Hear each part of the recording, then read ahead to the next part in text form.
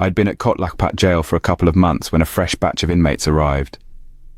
Among the new faces were two men who immediately caught my attention. One was a young man, Akbar, whose eyes seemed to overflow with innocence and piety, standing in stark contrast to the cold, harsh reality of the prison. Beside him stood a slightly older man, Fahad, who carried an air of calm and quiet strength, his demeanor suggesting a world-weariness that belied his composed exterior. As I watched from a distance, I noticed how Akbar, without hesitation, joined in with the Jamaat prayers, his devotion shining through in his every movement. Intrigued by his apparent innocence and the starkness of his faith, I nudged my friend Samir, a fellow inmate who had become a brother to me in this hellish place. "Samir, see those two?" I said, nodding towards Akbar and Fahad. "Let's invite them for dinner, they seem like good people." Samir looked at them, his eyes narrowing in thought. "All right," he said, a hint of skepticism in his voice. "But let's keep our guard up. This place has a way of hiding the truth." That evening, we gathered around our makeshift dastakwan in the dimly lit prison barrack. As we introduced ourselves, I scrutinized them carefully. Akbar's voice was soft and sincere, a stark contrast to the hardened voices that usually filled the prison. "I'm Akbar," he said, offering a shy smile, "and this is Fahad." Fahad nodded in acknowledgement, his eyes revealing little but a hint of weariness. "Thank you for inviting us," he said. "It's been a rough few days." As we shared our meal, Akbar and Fahad began to share their story, a tale of woe and injustice. "We were wrongfully framed," Akbar said, his voice trembling with a mixture of fear and hope. "We didn't commit the crime they accuse us of. We are innocent." Samir, ever the skeptic, leaned forward. "What crime were you accused of?" he asked, his tone probing yet gentle. "Robbery," Fahad replied, his voice calm but firm. "But we're not guilty. We were set up by someone who wanted us out of the way." As they spoke, I couldn't help but be drawn to Akbar's unassuming nature and deep religious conviction. He spoke of his faith, of the strength it gave him in these dark times. Fahad, the older one, was more reserved, letting Akbar's words carry the weight of their story. His silence seemed to guard a deep well of emotions, ones he was reluctant to share. Moved by their plight, I suggested to Samir and our other friends that we make them our handivals, a term we used for inmates we took under our wing to live and eat together. Over the next week, Akbar and Fahad became part of our little community. We shared meals, stories and prayers, and in that time their presence brought a semblance of peace and spirituality to our harsh existence. The prison walls, once suffocating and bleak, seemed to recede slightly in the warmth of our newfound companionship. Akbar's prayers were a beacon of hope, a reminder that faith could flourish even in the darkest of places. But as the days passed, the cracks in their story began to show, and a darker truth emerged, shattering the facade of innocence they had so carefully crafted. One evening, as we sat in the dim light of our prison barrack, another inmate, Tariq, approached me with a knowing look. Tariq was an old hand at the prison game, his eyes having seen more deceit and betrayal than most. "You know those two aren't what they seem," he said, his voice low and grave. "They're seasoned robbers." At first I couldn't believe it. The Akbar I knew was gentle, devout, but as Tariq shared the details, the truth became undeniable.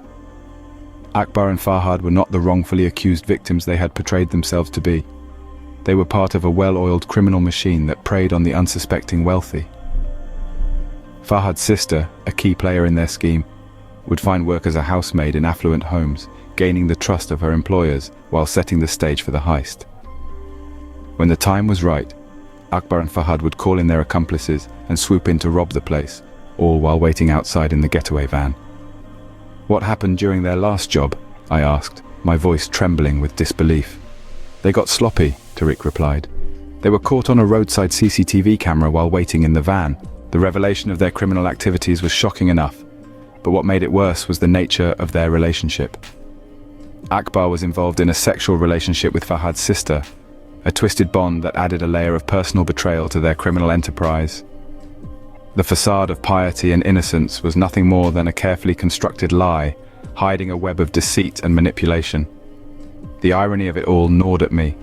This was not an isolated incident, but a common tale in our society. The phrase "Garka bedi lanka dae" echoed in my mind. A traitor from within destroys the fort. Fahad's sister, the trusted housemaid, was the very traitor who paved the way for the crimes. And it was Akbar, under the guise of religious piety, who was complicit in it all. My anger grew as I learned more. Fahad's sister, the linchpin of their operations, was out on bail a mere 10 days after her arrest. The Pakistani judicial system, with its leniency towards female prisoners, had granted her freedom while her male accomplices rotted in jail, awaiting a trial that might never come, or worse, might set them free to continue their crimes. I couldn't help but reflect on the broader implications of this injustice. I had witnessed firsthand how easily the scales of justice could be tipped. The masterminds behind the crimes often evaded punishment, exploiting the system to their advantage. One night, as we gathered in our cell, I confronted Akbar and Fahad. "Is it true? Did you really do those things?" Akbar looked at me, his eyes no longer soft and innocent, but cold and calculating. "We did what we had to do," he said, his voice devoid of remorse. "And we'll do it again, if we get the chance." Fahad nodded in agreement, his face a mask of indifference. "This isn't the end for us," he added.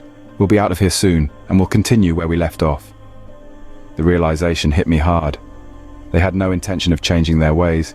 Even from behind bars, they were planning their next move, confident that the loopholes in the law would always work in their favor.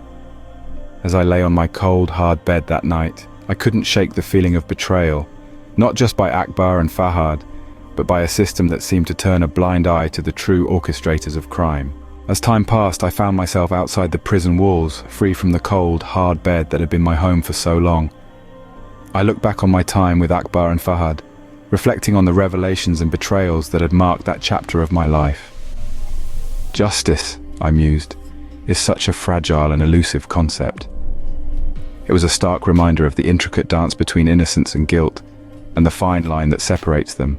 The shadows of faith, once perceived as pure, are now tainted with deceit, leaving a bitter taste of reality. Those who should be punished often find ways to escape. The story of Akbar and Fahad stands as a testament to the darkness that can lurk behind a facade of piety, underscoring how betrayal is pervasive and justice is a rare commodity. Thank you for watching aikdastaan, where every tale is a testament to the human spirit and every voice resonates with the truth as they perceive it.